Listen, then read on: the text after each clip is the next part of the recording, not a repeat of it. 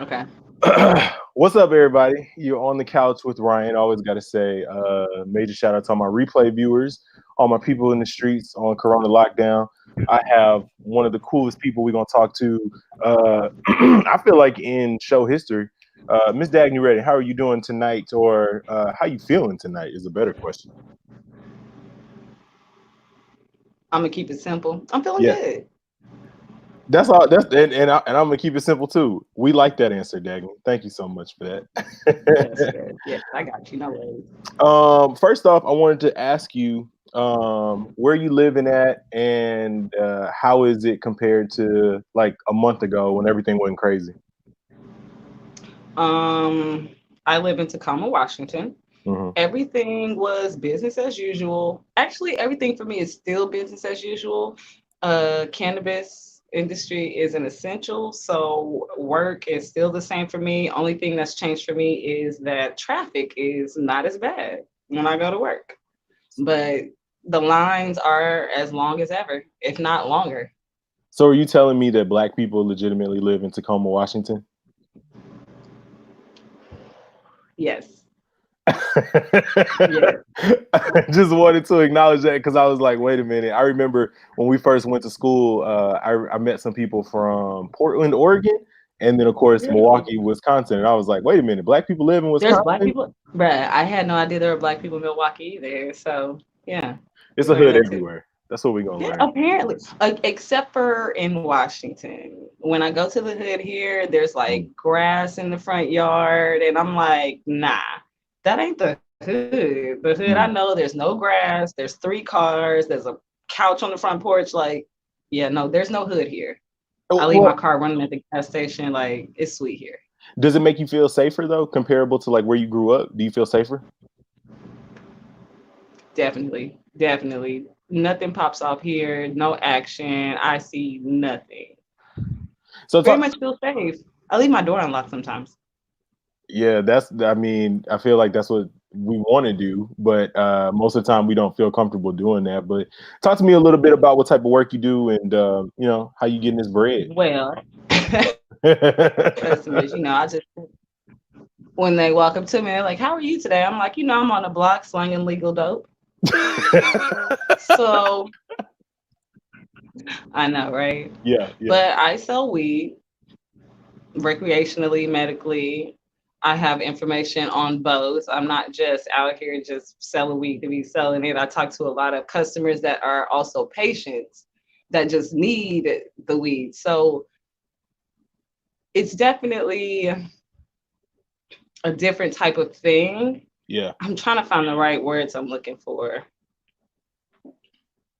It's just a different connotation up here with weed. Like weed in the South, when people think about weed, they think about people being all zombied out and shit like that. But up here, that's not what weed is. Like Hmm. people have their weed to function. They need their weed for medication. They need their weed to go deal with their kids after a long day, like just to be a better parent, which I can definitely agree with now that I am a new parent. Come on, that part. I mean, I feel like that's one of the weird things that goes with the connotation. But talk to me a little bit about how you got into the legal game, comparable to the illegal game. Um, I moved here for the weed.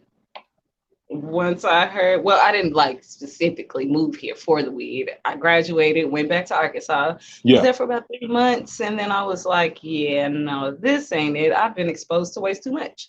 yeah. So I had a cousin in the military. She lived here. I called her up, asked her if I could come here. She said yes. And literally 3 days later, I moved to Washington. And then I cut all my hair off. 3 days, you were just like, I'm out. 3 days. Yep. 3 days, two bags, and $400 in my pocket. Was that like the scariest thing you ever did? Mm-mm. I've done way scarier things. Well, when it comes to like, taking a leap like that, going halfway, really, I would say legitimately halfway across the country, did you feel like it was something that you just had to do to Living. get away from Arkansas? Yeah, yes. Arkansas, or I won't say Arkansas, I just feel like, in general, my honest opinion, I feel like the South is a real struggle for some people. There's Mhm. not a lot of jobs, there's not a lot of money circulating. So leaving there just for my story and my sake, it just worked for me, for sure. Okay. Okay. When was the first time you remember getting high? I was 18. Okay. I had just went and got my tongue pierced. I was in Little Rock of all places. And the homies were like, "It's your birthday. We got to get you high." And I was like, "Okay." And I got high It's and always I the freaked homies though, the isn't fuck it? out. I freaked the fuck out. So you had like a bad trip. How did it go?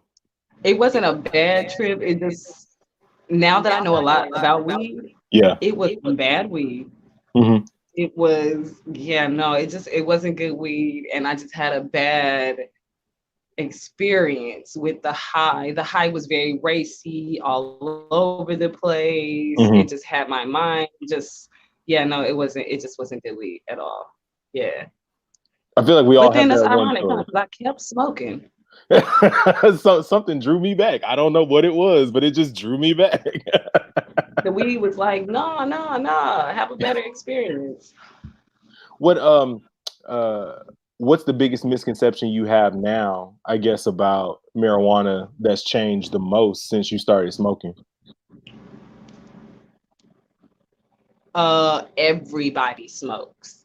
Everybody smokes. Like everybody. I live in a very cultural place, so Hmm. it's everybody. It's doctors, nurses, school teachers, bus drivers, FedEx, Delta. It's Hmm. everybody. White, black, Mexican, young, old, Asian, Vietnamese. It's everybody smokes weed. Hmm. Hmm. So that's what's changed for me. You know, you try to think, oh, it's either the young kids. No, no, no, no, no, no, no. Everybody and their grandma literally smokes weed. Well, no, that's what I wanted to get into a little bit. But what does your day look like when it comes to working at the actual can I call it a dispensary? I mean, what would I call it? Yes, it is a dispensary. Okay, what does that look like I for you, get like there, regular day? I get there 7:30. I get my till set up. I go see what the new product is on the floor. I Wait, do find you out the smoke cost before you come though? That's a big question. is what? Do you smoke before you go though? I'm technically not supposed to. Okay, I I do got you. not smoke before I go to work. That is Mhm. against policy. Big parts. Okay, I got it. I'm sorry. Yes. Go ahead. Go ahead. But I'm saying no, there, and then I have coworkers that have only been smoking for like a year or two that, Mhm. you know, I could see how if they came to work high, it would kind of be bad for business. But me, it's been like what, 17 years since I've been smoking weed. So Yeah. I kind of function smoking weed. That's bad, huh? 17 years? When it No, no. say I it mean, out loud. I feel like it's just like a person that might say that they're managing their pain with I guess you would say over the counter drug. I mean, if it's something that you're taking, it's something that you're Yeah. taking. But I And mean, what? also, Go ahead. Go oh ahead. shit. Also, I have like just working in the industry, people talk about sobriety. We've had that conversation a lot, and people are like, oh, weed, you're suppressing, you're trying to get away from this. But also, people don't fail to realize sobriety is also a drug. To be Mm. able to say, hey, no, I'm sober, that gives you some type of adrenaline rush. It gives you some type of internal kick to say you're sober. So you technically, I mean, getting high off of saying I'm sober. So I don't know. I just had to throw that out there Well, for no. some I people mean, I to think that talk about how weed is, oh, you're just smoking to escape. Like, don't think saying you're sober is not some type of escape as well. no, we all have the things that we do to get us through, but I also feel like some people exercise. You know, some people are really into the word. Other people are in a situation where they just want. Some people Um, shop. yeah, yeah, Some people have exactly. a shoe addiction.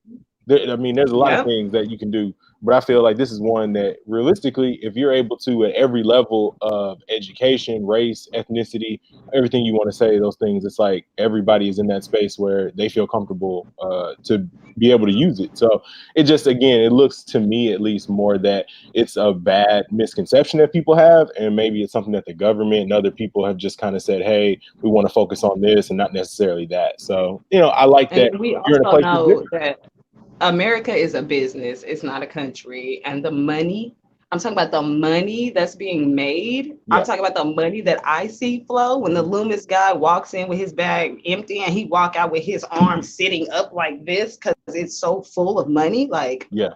the money that's being made, people are missing out trying to hold on to this stigma of weed and like. Well, talk to me about that though. Like when you talk about the money, I hear that you can't use wire transfers in the dispensary business. No, you cannot swipe your card. It's not federally legal. So then the big banks, they have their stipulations with it, but a lot of local banks, they work with people. And also, I work for a tribe. So they're on sovereign land, sovereign nation. So they're able to do things differently as well. So I get a peek at that and just to see how that goes and just how they fuck with their people and things like that. It's I love working for them actually. Does it scare you at all though to be in that situation where that type of or that amount of money is moving, like not necessarily freely, but just in a different way where then you don't see that at Walmart or you don't see that necessarily at Target? You talking about just the way the cash, just as far as just straight cash flow? No, it doesn't scare me. If anything, it makes me more, I don't know, rounded and just being able to look over there and see it and not freak out.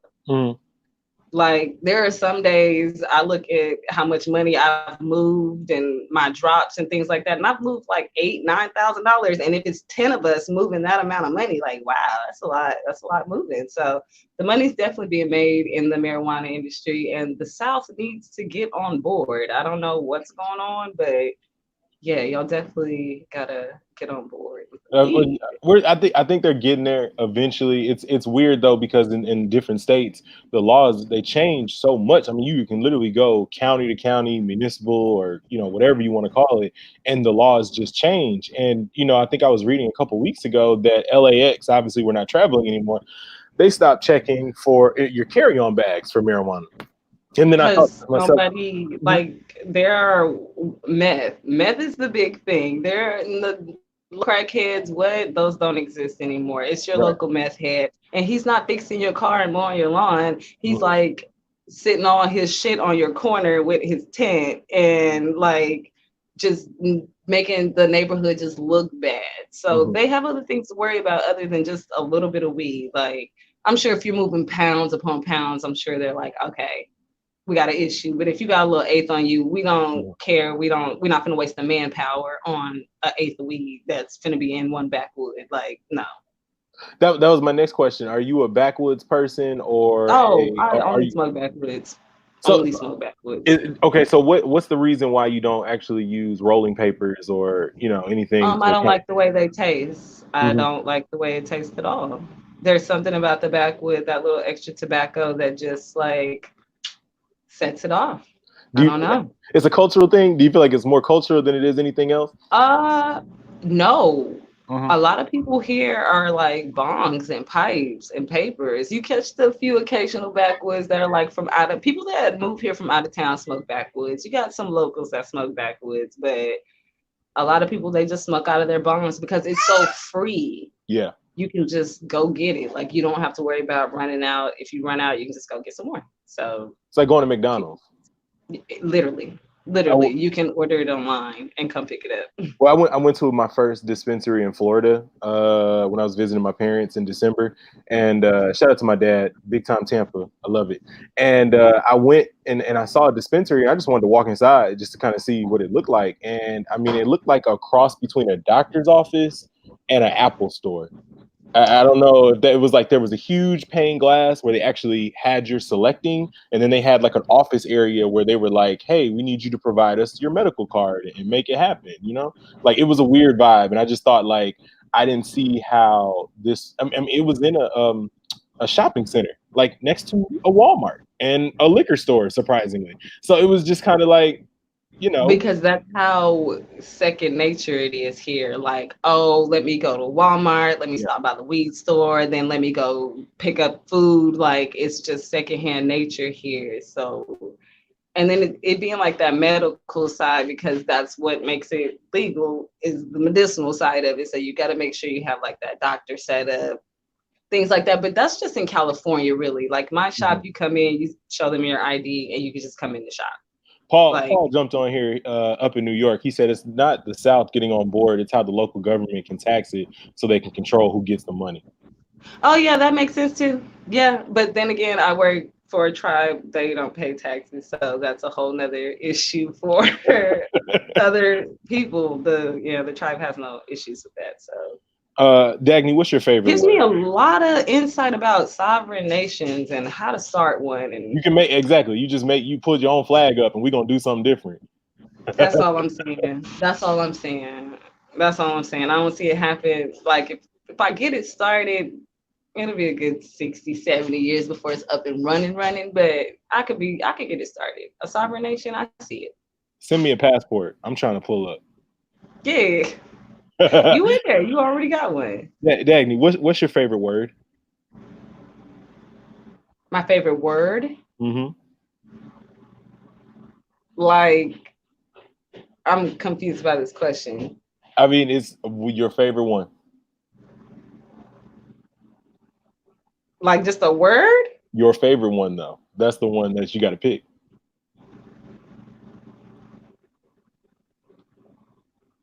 My favorite word. That is that I ooh. Why Exactly. am I so It's flustered? rough. Exactly. This is why we ask them on the couch with Ryan, y'all. Shout out to Dagney. She's struggling, but she's gonna get there. Favorite word. Y'all can put y'all favorite word in the comments too. Y'all make sure y'all My throw something. favorite word? Mm-hmm.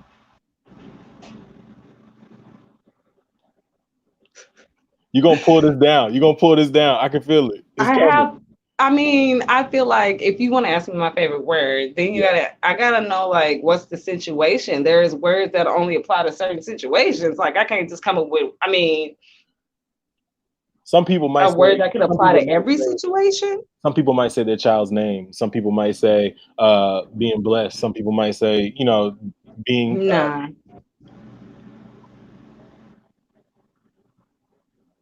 I'm putting way too much thought into it, is what it sounds like. But you're getting there though. That's the good thing about But when you asked me, the first thing that came to my mind was fuck.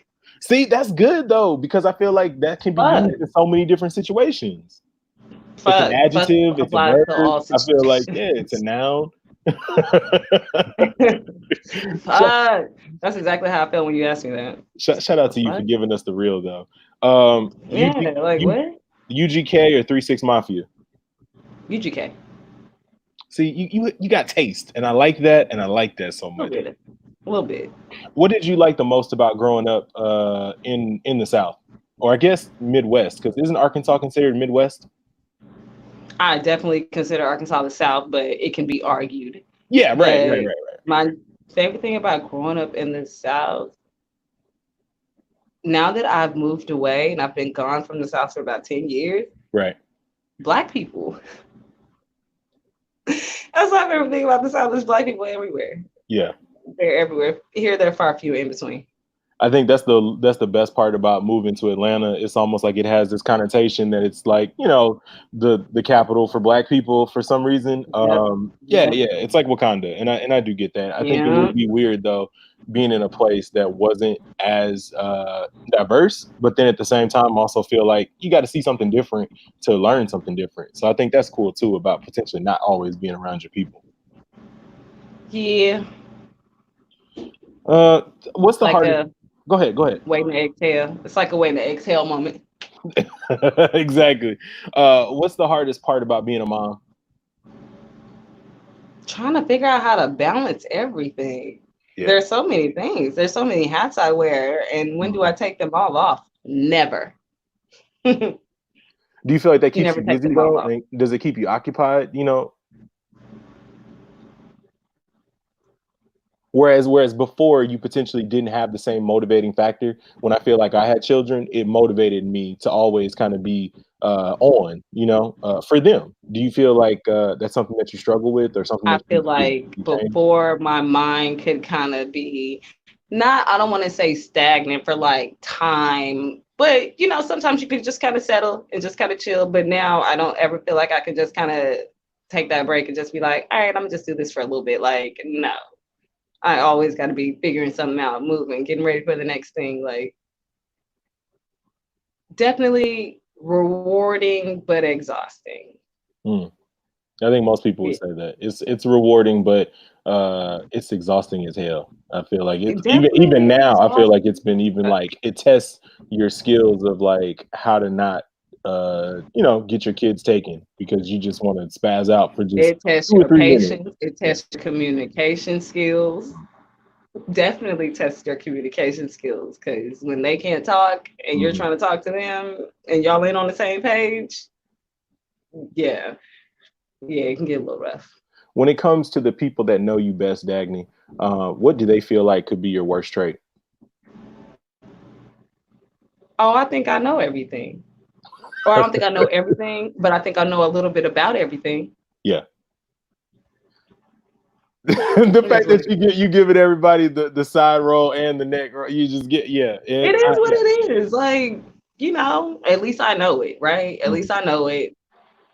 I can work on it. That's all you can do in life is work on shit. So I'm working on it. Do you feel like the lack of diversity in the actual legal marijuana field is just set up because of access to capital, or it's something that is just like you said, people are just sleeping on it when it comes to them having an opportunity to get out here that might not necessarily just know about it?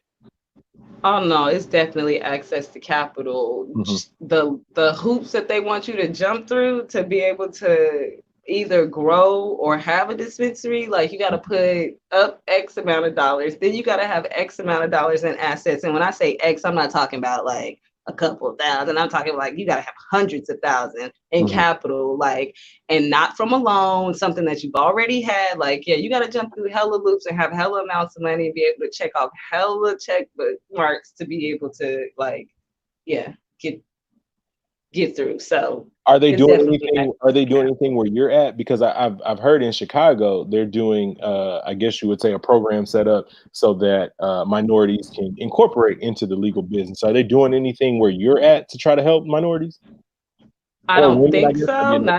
Not that I don't think so. I'm gonna say no. Yeah. And then I'm gonna say we were probably, I don't know, we were like the second state. So I feel like we're more one of the outlines for people to use Hmm. to kind of develop how they're going to do it in their state. And then Chicago kind of used that outline and then we're like, okay, this is what we're going to do with our money. So Hmm. I don't know. Well, I mean, I guess I wanted to see it as, you hate to see people in the lockup that probably have amazing business minds and can be, the top person, making millions in a point. You see the money every day, but they're in a situation where legally their arms are, behind their back legitimately. And then you have other Yep. people And that then have all the access to people that capital. are Yeah, getting their records expunged, all the that people part. that are getting that stuff wiped away, that it can help definitely in the South. But, I feel like they think the money from the weed would stop the money that they make other ways. Hmm. Like if you legalize weed, then like locking up Black people, that just cuts that out, and that just cuts out a revenue that not only do we want just for the money, but we want just because we racially want it. So that's another thing that I think is stopping it in the South as well. You don't want to, just like medicine, you don't want to give the cure, you want to keep the money flowing. So Hmm. Hmm. It seems like it's one I of think those that's one of those places where we're eventually going to get there. It just seems like, the speed of it is really going to affect a lot of people. And then also, I think about some of the people that have, here in Georgia, at least, they have disabilities, that require marijuana as one of the treatments. And legally, they're not able to get it here. And so you think about people potentially suffering, and thinking, is it really worth all of this effort to keep somebody in pain or potentially keep somebody from being able to live a better life. um I would say 40% of my customers are out of state people that move there to be able to come smoke weed and have it Mhm. as medicine. Do you So do a lot of people you, are yeah. leaving other states and coming to Washington for legal weed. Mm. Would you think it would be difficult to raise your child back in the South? From what I've been exposed to now, for sure. Hmm. The mindset, if anything, Yeah. the mindset would be hard to combat, especially with if I would decide to send her to school. If I have one mindset and I send her to a place where there are 8 kids and they have a completely different mindset, like it would definitely be difficult. It is something I think about though, because up here it is definitely it's a different caliber of Black people, I will say. I'm just used to a certain type of Black people, and up here, Black people are just a little different. So, well, when you say different, what do you mean?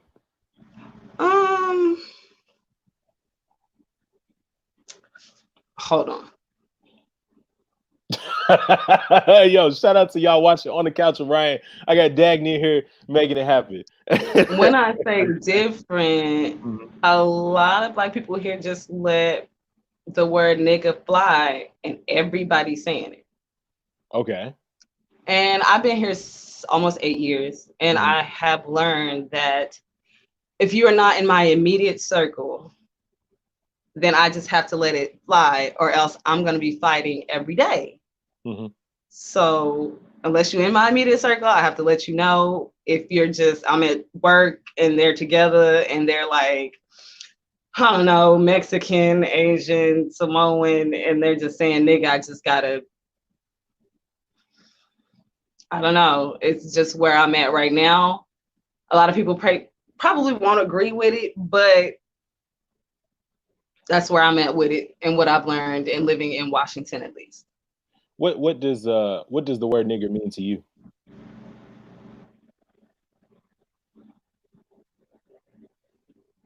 I want to say, because I'm almost 33 and I've learned a lot in life, that it can only affect me if I feel like that applies to me. Yeah. But then being born and raised in the South for 21 years and knowing like where that comes from is still a little piece inside of me that's just like, you tapping a nerve, and I just can't let it fly.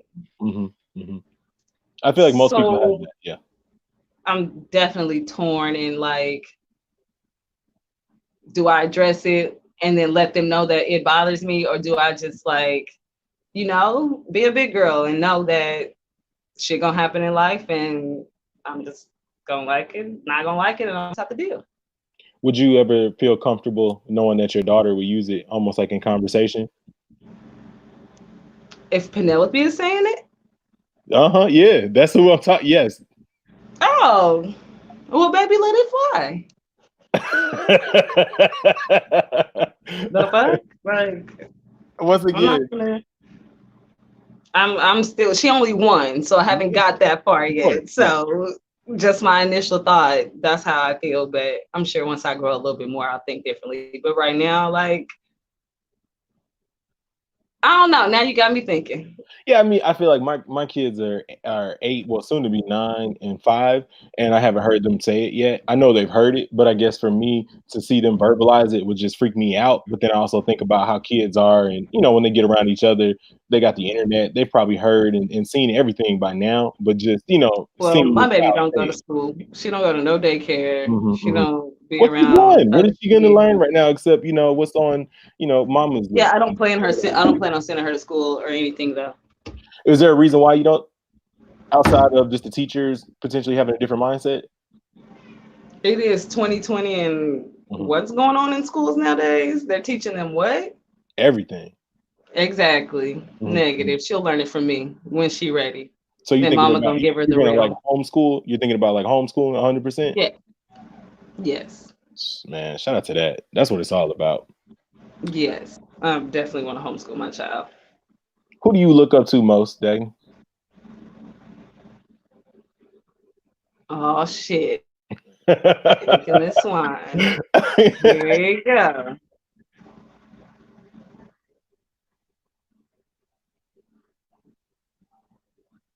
I have a girl in my life. She is not my cousin, but I've been knowing her for all my life, so I consider her my cousin.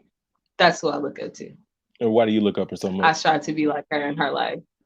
Her life just not what I strive to be. It's the way she handles things is what I strive. The way she keep her cool and think things through and don't let her emotions just make her jump off. Like, yeah, that. I think my fucking phone is gonna die. Oh no, that's terrible. That's terrible. We got to make sure that don't happen. What's the first place you're going to after all this is over?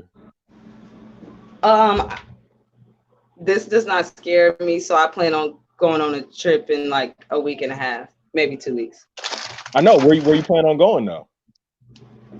Oh, that I can't discuss. Okay, all right. It's a private trip, y'all. Yeah. You ain't invited. Just know you ain't getting no geolocations when I pull up.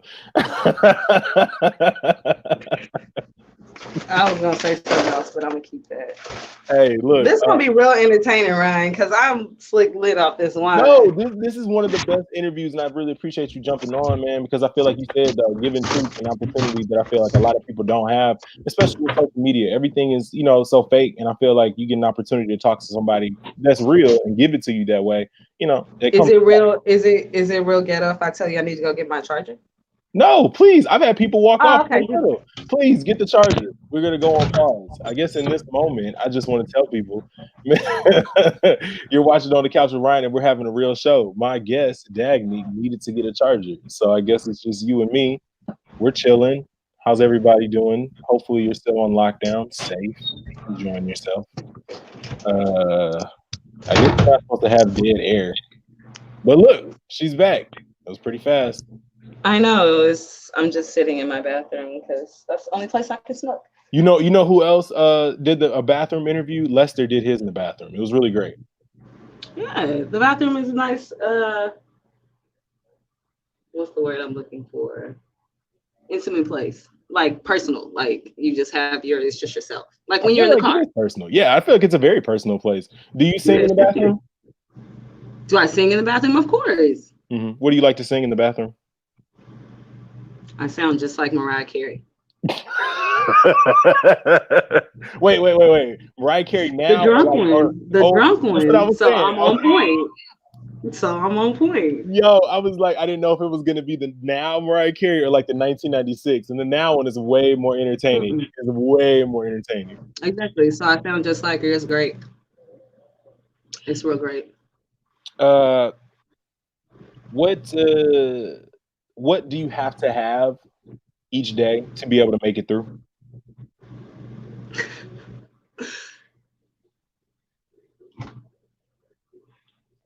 Right now in life, where I am,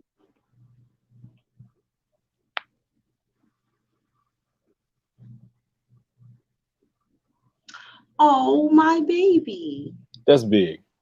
Could you just say her name again? I love when you say it. It sounds so good to me. No, that's my baby though. Like it's weird. I'm a mom. It's weird. Nobody ever expected me to be a mom because I'm so gangster, but now I'm a mom. Do you So, feel like she yeah, tests your gangster? Do you feel like being a mom tests your gangster? oh no, I'm so soft now. Mm. I'm so soft now. I cry on Disney movies and shit. Like shit hit me in a whole different way because I got a whole baby. Did you It's feel weird. like you didn't cry on Disney movies before? Nah.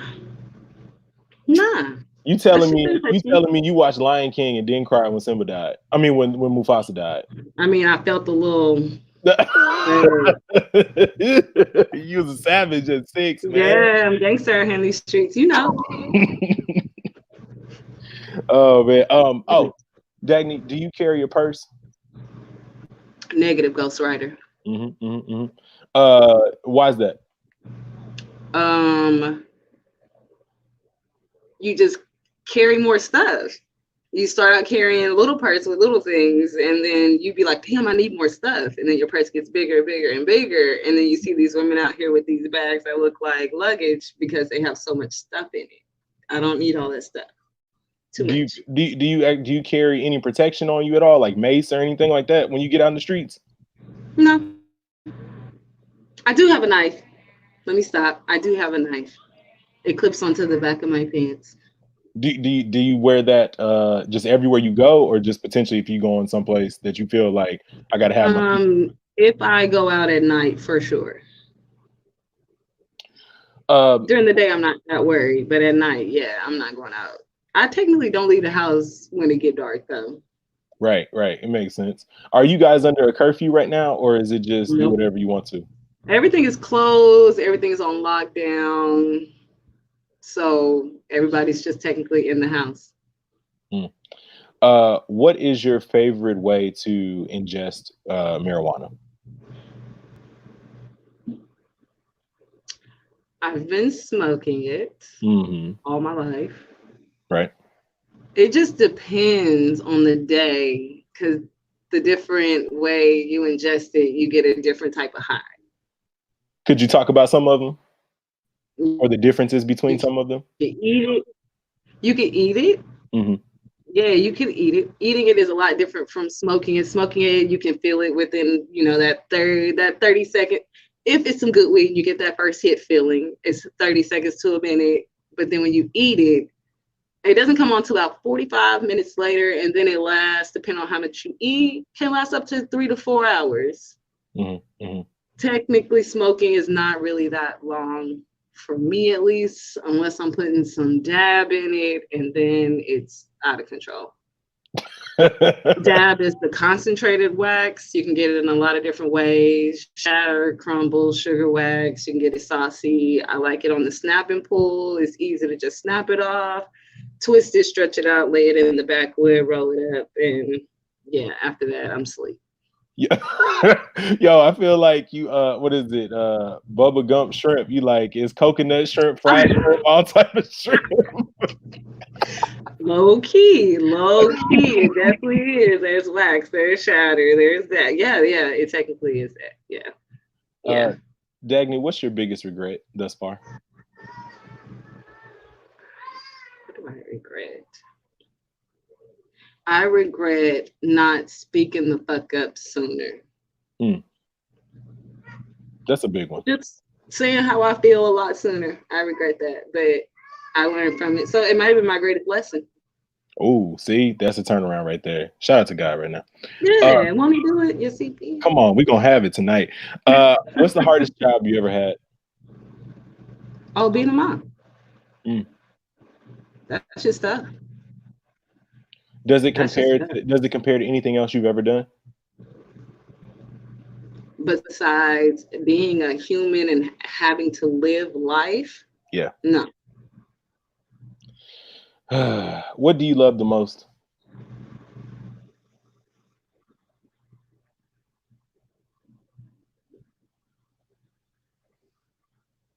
I'm in a weird spot and I can't answer that. That's understandable. What have you been doing to keep your mental health together when it comes to everything that's going on?